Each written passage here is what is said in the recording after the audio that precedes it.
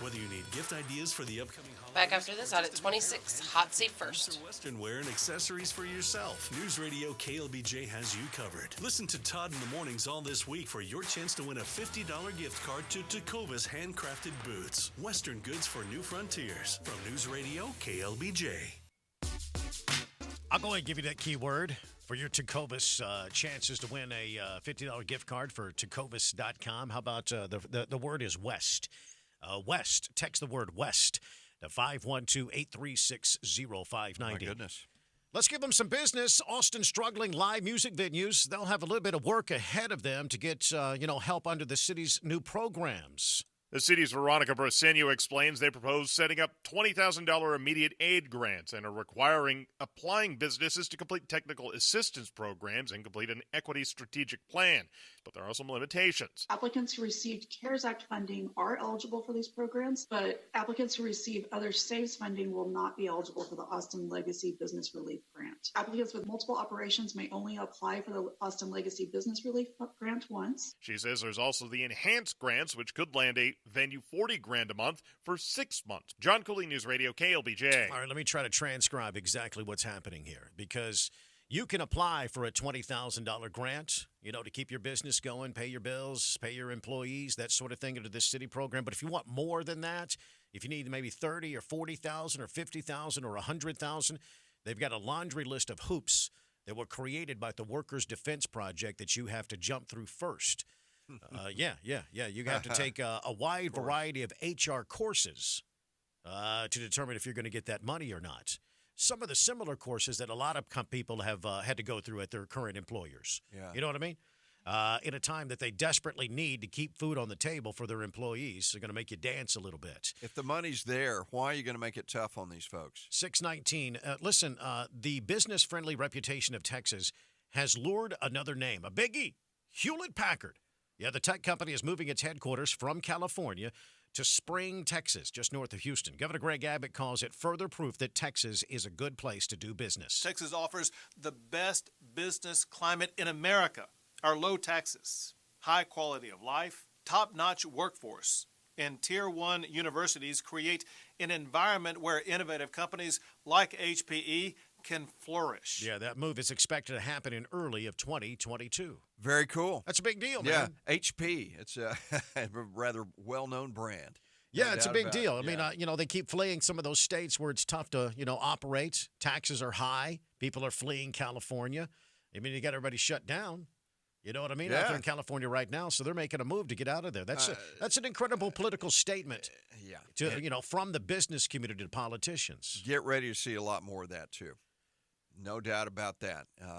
That's one good thing that will come out of all of this for Texas in the long run. We're going to be a even more business friendly state, business vibrant, business rich is what we're going to be. Dollar bills, y'all. What are the big draws? What gets people here? Well, I think there's a lot of things. Obviously, we do everything we can, I guess, to a point to make it easy for business to operate here as far as regulations and incentives, things like that. It's very appealing for employees as far as it's a beautiful state, great weather. Those business owners may kind of disagree with you in the current state of affairs. Well, you know what I mean? Yeah. Limiting capacity. Yeah. What else? There's all kinds of things we do. I mean, it's I think you see businesses come to Texas and they're here. They stay here for a very, very long time. We try to keep taxes low. We try to cut as many regulations as we try to stay out of their way as much as we can and just let them do what they do. And I'm sure that goes a long way. All right, jump in here at 512-836-0590. Austin Public Health is looking to crack down on bars that have converted into restaurants during this pandemic. Mm-hmm. Yeah, apparently trying to make ends meet is wrong. Golly. Now, officials say they're willing to order them to close down if they are caught not complying with the city ordinance. Travis County Health Authority says a lot of warnings were given this past weekend, and compliance was about 60%. So about 40% of the businesses they went to were in violation. Some of these bars turned into restaurants to try to keep people, off the poorhouse. Yeah, it's called money.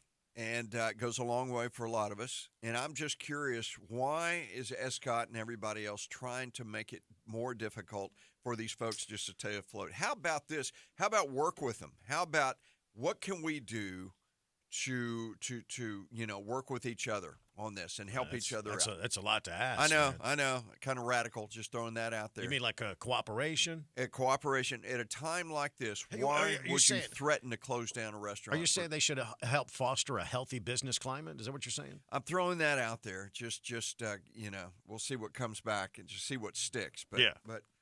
But then again, Austin, Texas is still a thriving city, right? Well, yeah, overall. But, of course, if you go downtown right now, no, absolutely not. 623, got all of these business stories on my LinkedIn page at Todd Jeffries.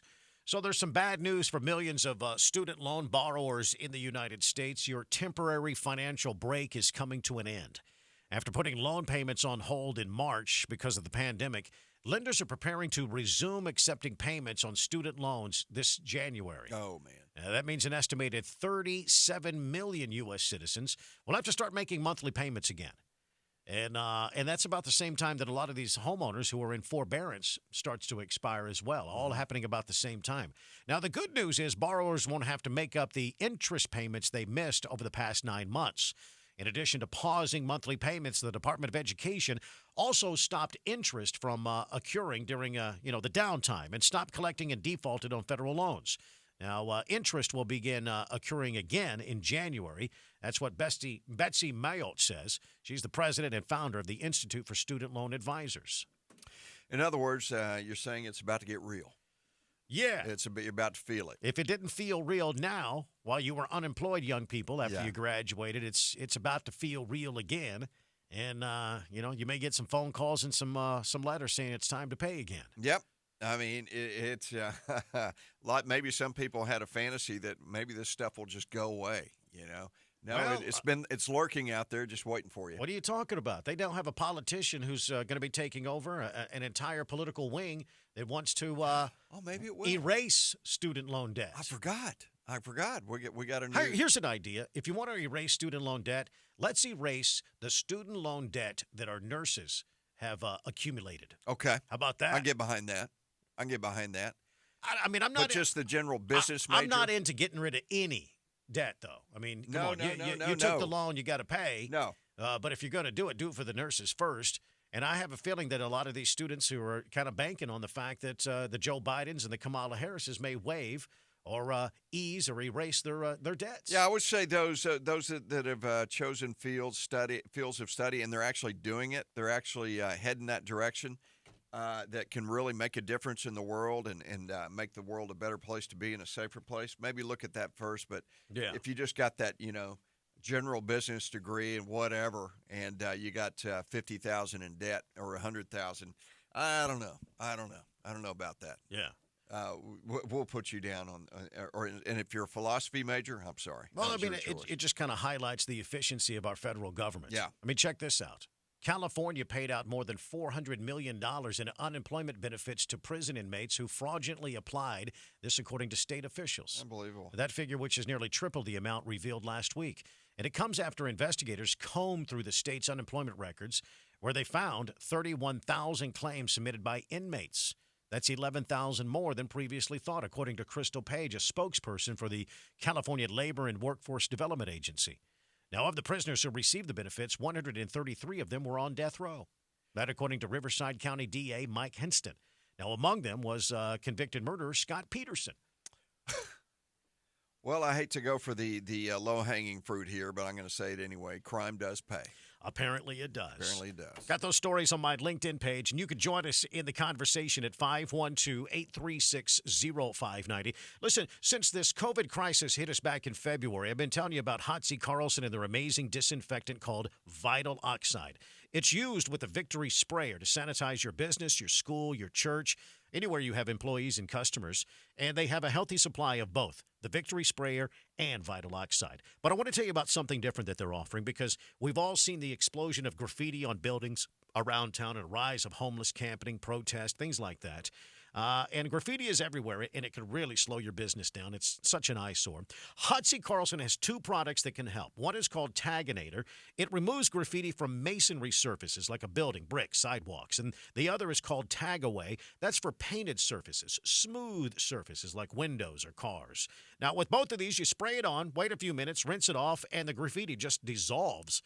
It's like magic. City of Austin, Travis County, they use this product, and you should too. 2020 has been a tough one.